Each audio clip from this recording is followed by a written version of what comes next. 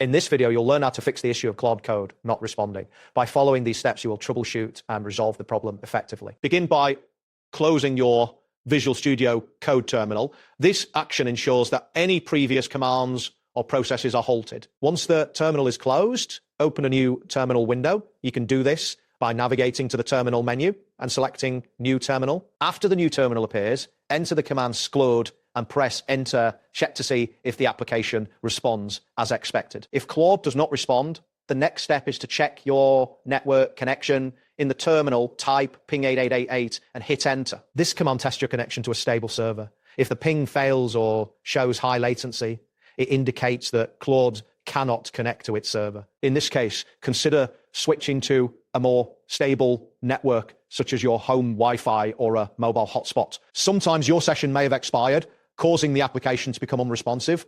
In the terminal, input the command Claude logout and press enter. This logs you out of your current session.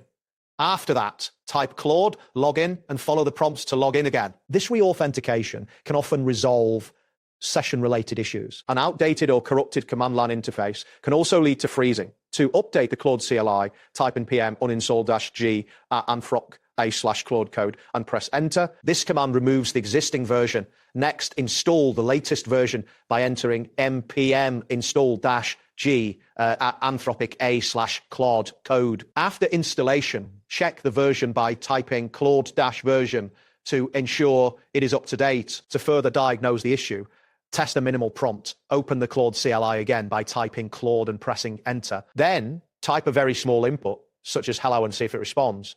If it does respond, the problem may be related to large input sizes or overload in the application. If there's no response, the issue likely lies with your network connection or the CLI itself. If the application remains unresponsive, clearing stuck node processes may help.